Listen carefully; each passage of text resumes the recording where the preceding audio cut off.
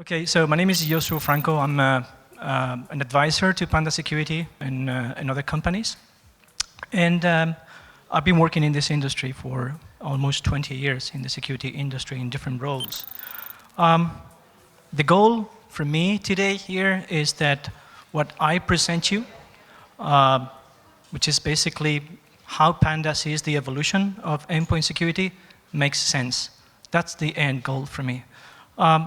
For those of you who don't know much about Panda Security, it's a company that started in Bilbao, Spain, that's where I come from, in 1990. So it has a long history in the endpoint security space. It started as an antivirus company, then it was very early on moving to the cloud, not only the management console to manage the endpoint security, but also offloading processes, classification processes to the cloud. We did that in 2003, 2004. So it has quite a bit of expertise in this field. The company has about 500 employees. It is selling mostly in Europe. About 75% of the revenues are coming from Europe, also in the US and Latin America. Panda sells to consumers and to businesses, and today, in fact, we sell much more to businesses than consumers, and I think that trend is going to continue. So let me first introduce a bit of context for this presentation. And the first piece of context that I want to introduce is why we are here today. Well, we are here today because problems are still there regarding security, right? Otherwise, we would not have a job. And that is due to several factors. And I'm going to go very quickly through these context slides, but I want you to take into account that there are lots of factors that are driving lots of changes very rapidly. Gartner calls these factors the nexus of forces, which is kind of a very pompous expression. IDC calls it the third platform, the first one being the mainframe. The second platform was the era of client-server architectures, and the third platform, which is this interconnection of four different forces, which is mobile, social, cloud, and data. And if you think about it, from a security perspective, this changes a lot of things. It is much, much harder to protect data, to protect endpoints today when you're moving around all the time, when you're sharing lots of data, when you're using several mobile devices at once, and where their perimeter is really where you are. Wherever you are, whatever device you're using, that's the perimeter for the company. This has great implications for any digital transformation initiative, for any security plan that you want to implement, but also for the design of security products themselves. Second piece of context. The target is the endpoint. Okay? This is data, this is a chart from the Verizon Data Breach Investigations report. I don't know if you're familiar with this report. To me, it's probably the best report and the best data there is about security incidents. For this particular report, they tracked over 80,000 incidents worldwide. And they tracked all the possible parameters about the incident. Who was the threat actor? What was the target? What was the asset that they were after? What was the technique being used? And they've compiled these statistics for these incidents, and every year they produce a report, which is free to download, by the way. And if you don't know it, I strongly recommend you to take a look at it, because it contains hard data. Sometimes we are based on perceptions and opinions. This is hard cold data. So as you can see, the only two target types for attackers that saw an increase over the past few years are endpoints and people. People are users sitting at an endpoint, clicking on things that they shouldn't be clicking. Okay? Important piece of context, because we are seeing more and more interest, even from investors, in new endpoint security companies. It is due to this fact. Attackers, they know that many times the endpoints are the weakest link in an organization. And from there, they can gain access to the high-value assets that they're after. Third piece of information. Sometimes I'm being asked, yeah, but is that hard? I mean, the problem is that serious? Well, we don't have great data. Again, this is also taken from the same report, from the Verizon Data Breach Investigations report. And this basically shows two different lines there. The green line, which is out of the total number of incidents that were tracked in this report, what percentage of them, in what percentage of them the attackers took days or less to compromise the system. So as you can see, in 2015, it was already pretty much 100%. So in all cases, in all incidents they tracked, the attackers took just minutes, hours, not more than just a few days to compromise the system.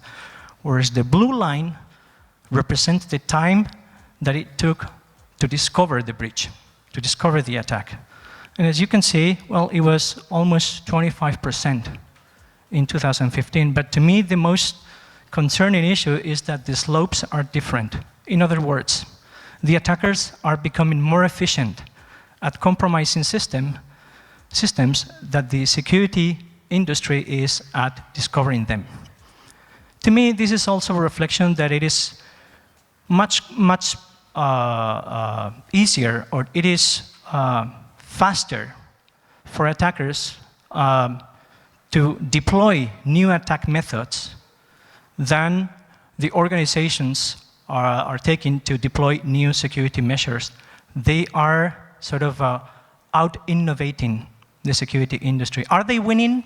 I wouldn't say so. I don't know who's winning, really. I would need a definition of what winning means, because every single day, there are millions of attacks that are being detected and blocked by security measures. So this whole issue lends itself to quite a bit of hype, exaggeration, and sensationalism. So I don't know who's winning.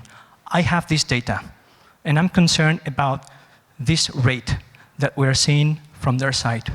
They are coming out with new ways, new attack methods at a faster pace.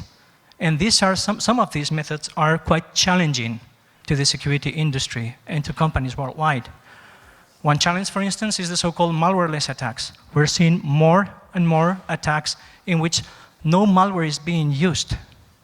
Software is a tool, and software, like a knife, can be used. A knife can be used to cut an onion or to kill someone. And software can be used for good purposes or for bad purposes. In this particular attack, called the powerware attack, this was discovered about 1.5 years ago. Someone will receive a very well-crafted email, a document from the purchasing department. And through social engineering, the user would be convinced to enable content. In other words, to disable macro security. So once he or she did that, then cmd.exe would spawn 2 PowerShell instances, one used to download a ransomware script, the other one to start PowerShell and use the script as an input. And from that moment on, PowerShell, the operating system, would encrypt your files. So in this case, if someone relies on scanning for vulnerabilities, it's of no use, because there's no vulnerability being exploited. If someone is relying on filtering bad URLs at the gateway, it's of no use. There was no malicious URL being involved here. And if someone relies on anti-malware, well, there's no malware file on this, so there's nothing to scan, really. So clearly, you need a different set, a new set of technologies to deal with these sort of attacks. We're seeing more and more. Still, how prevalent are these attacks? It's hard to say. Some vendors are saying that they're seeing 40% of the attacks are fileless today or malware. I don't believe so, but I cannot put a number into it. But definitely it's going to be a trend, because the attackers know that the vast majority of organizations are not well equipped to deal with this sort of attacks. Another challenge that I see is that every time there is a new wave of attacks, a new wave of threats, new players emerge. There's lots of investment into new companies.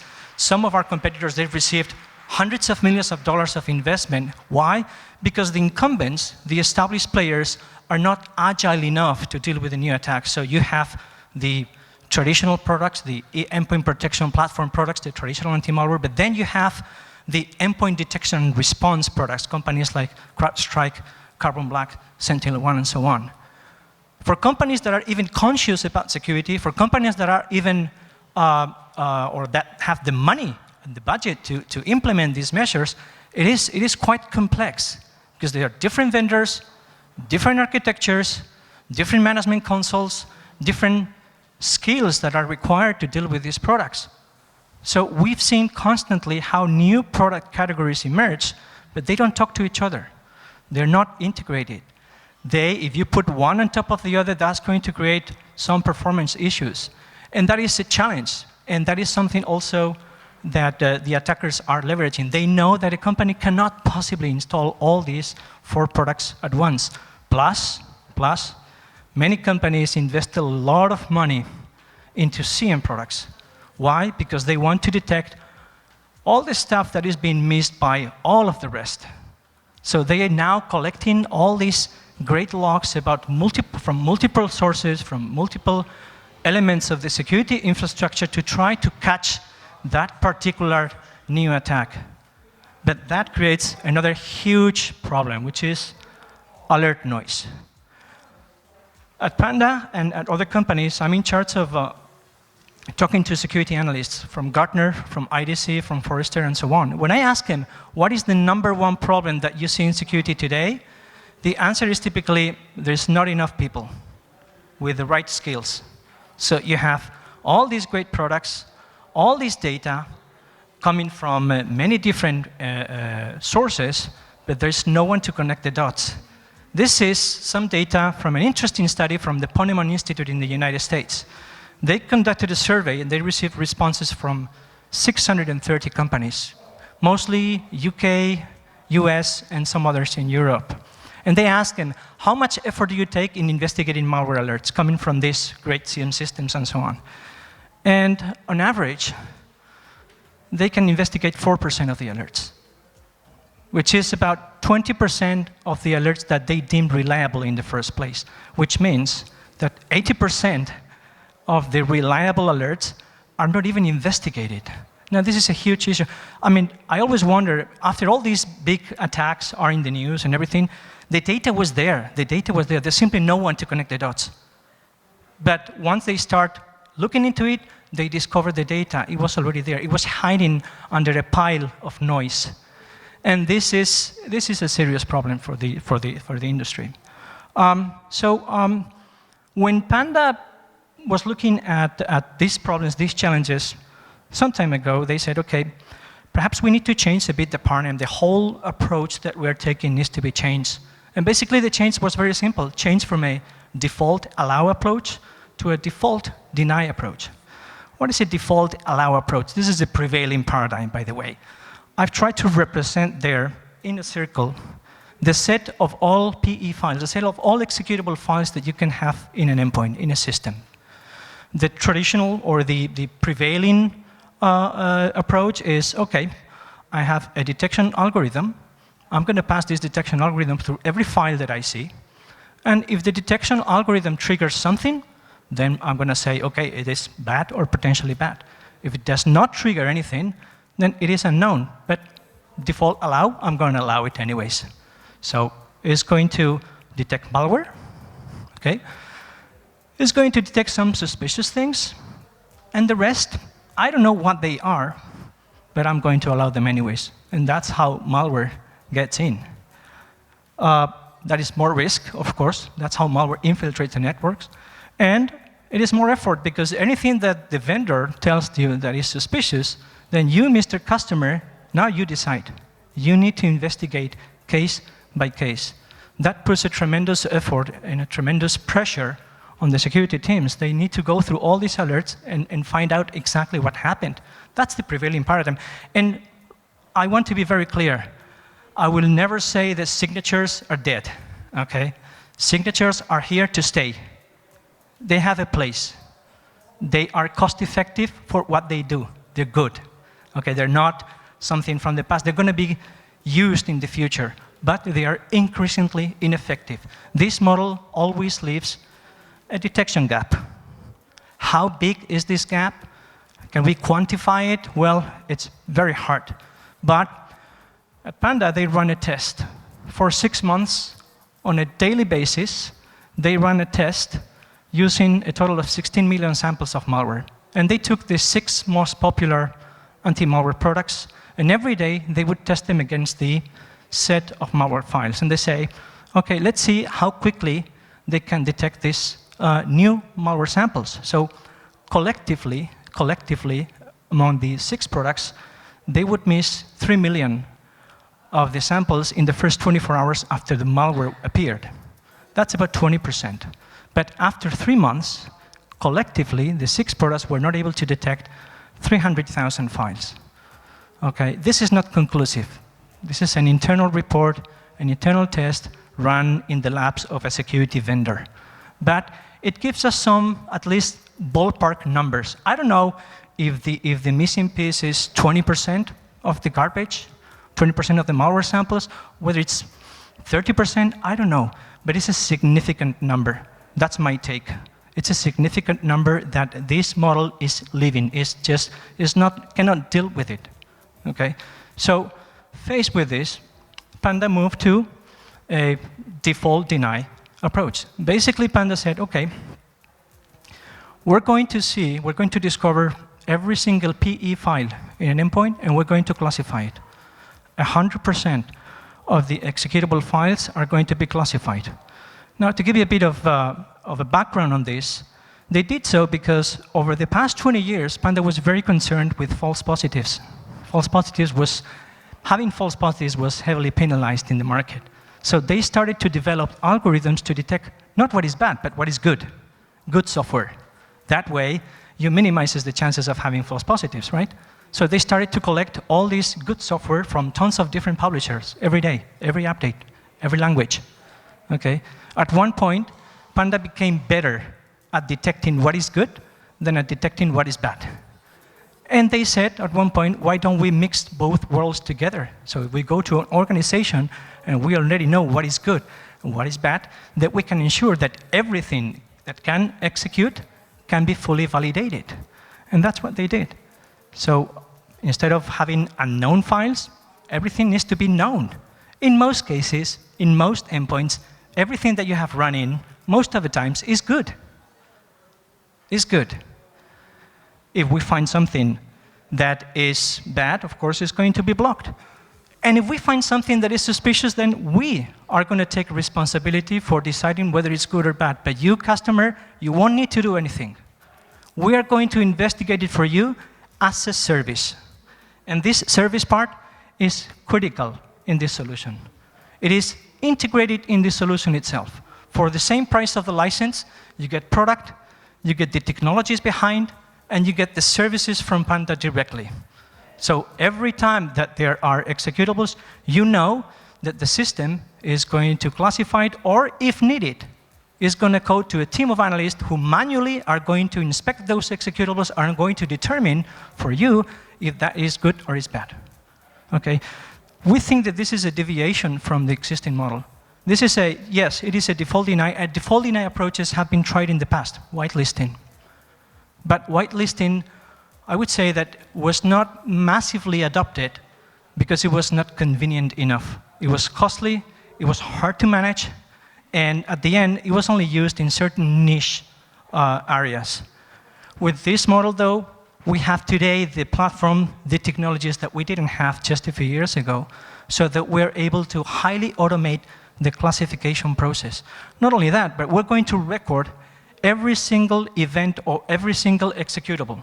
All the execution events are recorded. All the connection events, inbound and outbound, for all processes are recorded, are captured, and are analyzed. All the registry events, downloads, services running, everything is being captured, is being sent to a cloud and analyzed, with the goal of producing classifications. Classifications of what is bad, what is good, but not only that, because you can be good today, but you can be bad tomorrow. So even if you're good, we're going to keep you monitoring. Okay, monitoring everything that you do, so that if, for instance, Word gets exploited, we're going to block that malicious behavior. And we do that by constantly monitoring all the activity at all endpoints. This represents that, in fact, no application can run if it is not trusted by Panda. Panda takes responsibility for deciding whether something is good or bad for you. Actually, there's a third category there that is not there, which is potentially unwanted. So when you use this solution, you may have something that is classified as trusted, or malware, or potentially unwanted programs. I'm referring to this, for instance, toolbars, which are annoying, right? You don't know how they got there, but they are an annoyance, and they are a risk. The very simple fact that they are there without your consent or the administrative consent is a security risk in itself. How bad they are depends on whoever planted them there. And we know that some malware gangs have been acquiring some of these toolbar companies because they already have an install base. So that's definitely a security risk that we can also block. The result at the end is that you get a much higher protection level without the effort. And I will never say 100% protection. That doesn't exist. In security, zero risk, it's at zero risk. You should say near zero risk, sorry. 100% security does not exist, it will never exist. Okay, but we're not 100% safe right now. Something bad could happen here. So we always need to manage that risk. With this solution, what we've ensured already, that the bar for the attackers is becoming much, much, much higher. Right now, this solution is installed in 1.3 million endpoints worldwide. Companies of all verticals. Some of the largest telcos in the world are actually using this solution internally, and some others are actually prescribing this solution to third parties. From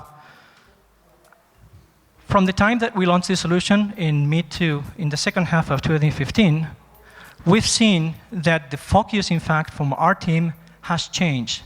The file-based malware attacks are not really the most concerning issue for Panda. The most concerning issue, or the most challenging types of attacks, are other types of attacks, fileless attacks, attacks that are entirely performed in memory. So that Panda integrated anti-exploit technologies to deal with those attacks. In fact, it's very rare the case in which an attack does not end up dropping a file into this. So at the end, the 100% attestation or classification service, as we call it, is going to catch that.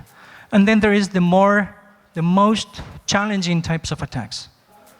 Attacks in which you may have someone with access and permission to use some tools which can be used for benign purposes or for malicious purposes, and those are very hard to spot. Imagine, I use the analogy, imagine that you invite a close friend, someone whom you trust, really.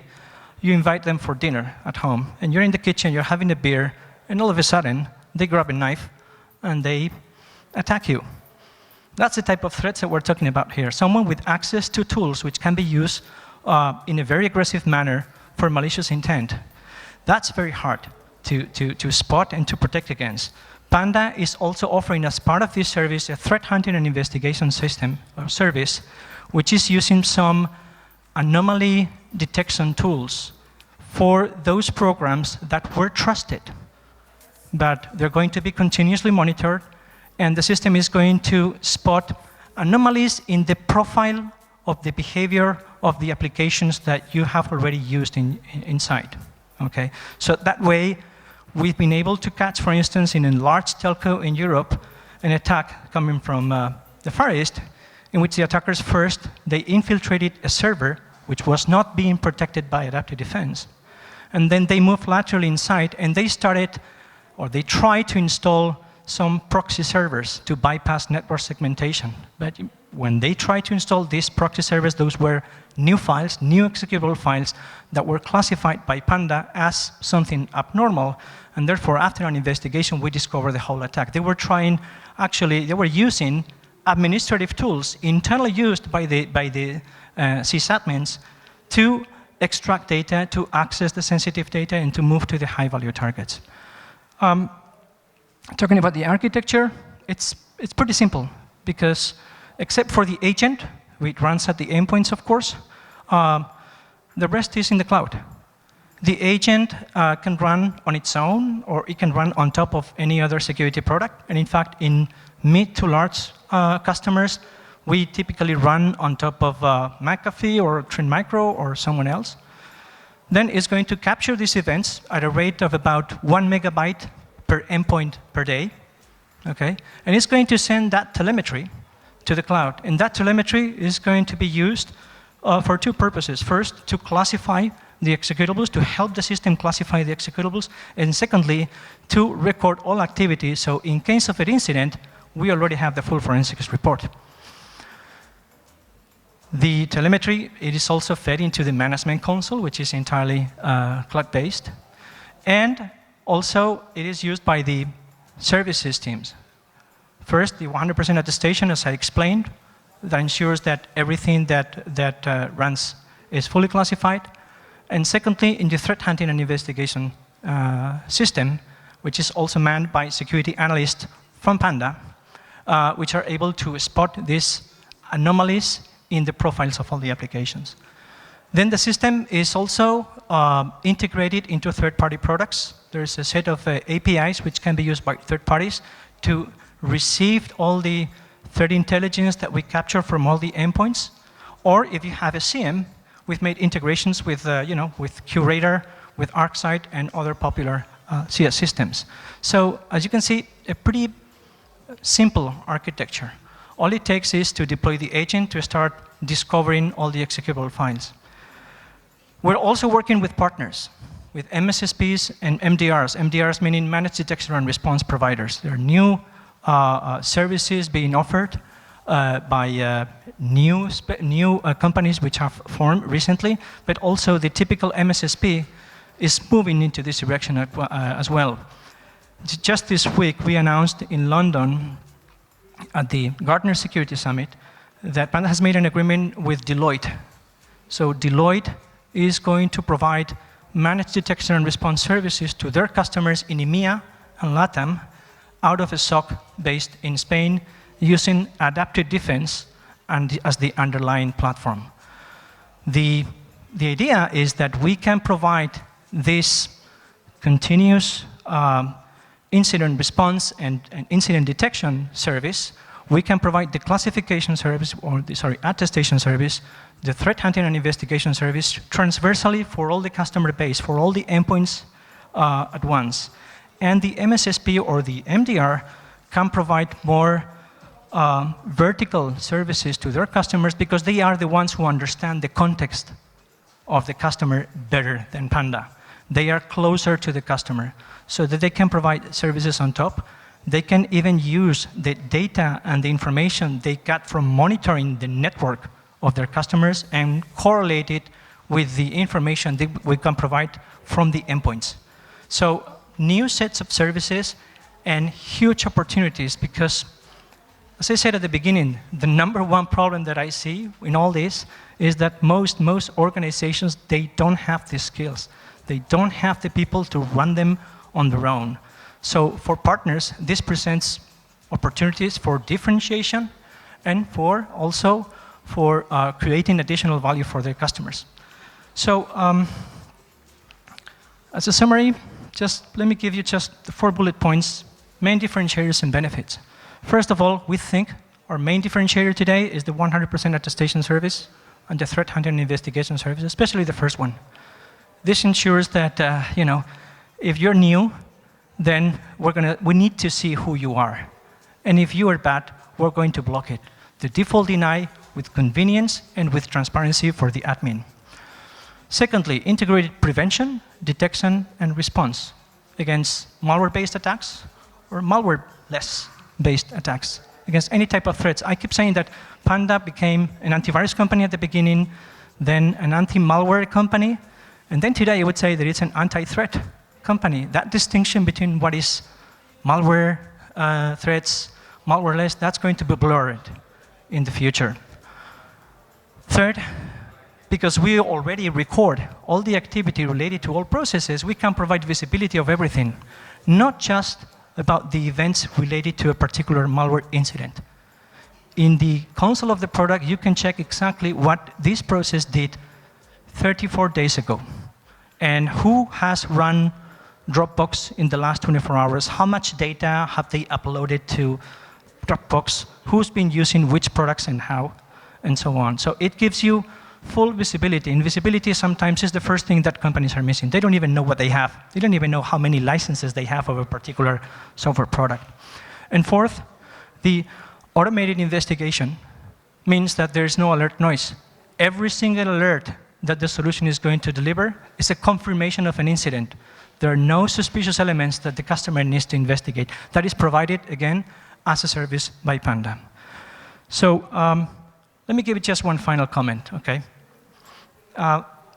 No amount of PowerPoint slides, of bullets and fancy graphics can demonstrate the value of a security solution. Selling security is hard because it always takes a leap of faith on the other side. I cannot demonstrate you in a demo that I'm going to be detecting what the others are missing. I cannot do that. That's impossible. I would be happy if at least you would agree that this approach that we're taking makes sense. And if so, of course, I would encourage you to try it out, because we know that if a company tries this and runs a pilot, they're going to see the value immediately. So thanks a lot, and now I can say, go on them, right? Okay, thank you.